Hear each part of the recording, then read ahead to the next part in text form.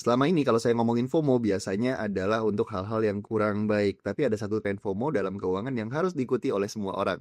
Nah, untuk urusan yang satu ini saya wajibkan bahwa kalian semua harus FOMO. Bukan FOMO untuk belanja, tapi FOMO belajar biar uang kita nggak ketinggalan zaman. Maksudnya gimana? Saya sebagai financial planner sering ketemu dua tipe orang, yang masih nyaman pegang semuanya tunai karena merasa lebih aman, dan yang sudah serba digital tapi asal klik. Tanpa sadar data, tanpa sadar limit, dan kebiasaan belanjanya ke bawah arus. Padahal sama seperti celengan yang dulu dianggap aman, tapi sekarang sudah tidak lagi relevan. Cara kita mengelola uang juga harus ikut berkembang, harus berubah. Yang berubah bukan cuma alatnya, tapi resikonya, peluangnya, dan cara kita mengontrol klik-klik tadi. Nah, pertama kita mulai dari yang paling dasar. Uang itu harus punya rumah yang jelas. Di era digital ini, saya menyarankan untuk teman-teman minimal memisahkan uang kita menjadi 4 pos. Yang pertama adalah rekening kebutuhan bulanan untuk tagihan dan belanja-belanja rutin. Yang kedua, rekening tabungan tujuan, misalnya untuk dana liburan, untuk DP rumah, untuk pendidikan anak. Nah, yang ketiga adalah rekening investasi. Ini harus sesuai sama profil resikonya teman-teman.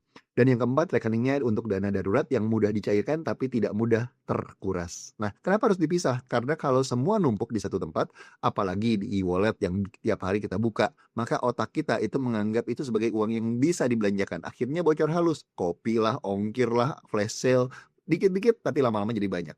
Yang kedua, manfaatkan fitur digital untuk disiplin, bukan untuk impulsif. Pakai auto debit, auto transfer pas gajian, tabungan, dan investasi jalan duluan.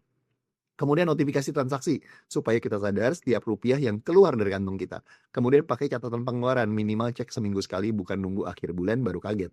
Nah, kalau kamu usia 25 sampai 35 tahun, biasanya tantangannya banyak godaan gaya hidup dan cicilan. Prinsipnya sebenarnya simpel aja. Cicilan total idealnya jangan lewat dari 30% penghasilan. Dan kalau pakai pay later atau kartu kredit, pastikan mindsetnya jelas.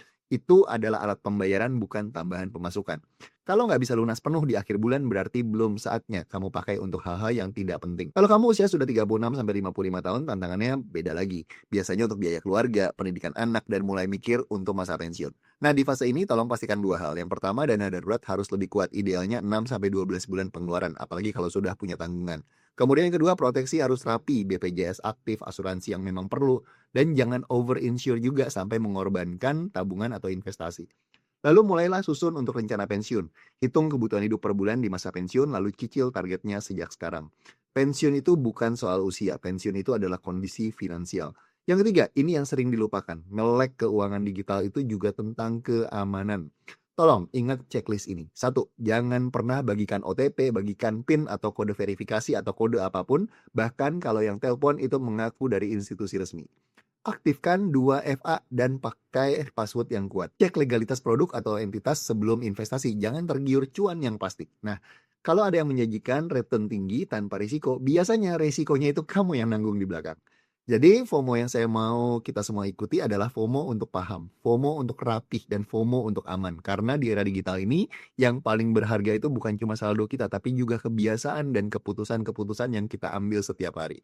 Nah, kalau kamu mau, coba mulai minggu ini. Pilih satu fitur digital yang bikin kamu lebih disiplin, entah itu auto transfer, budgeting, atau memisahkan rekening. Lakukan hal kecil tapi konsisten, karena keuangan yang sehat itu bukan hasil dari trik yang cepat, tapi hasil dari sistem yang sederhana dan dijalankan secara terus-menerus.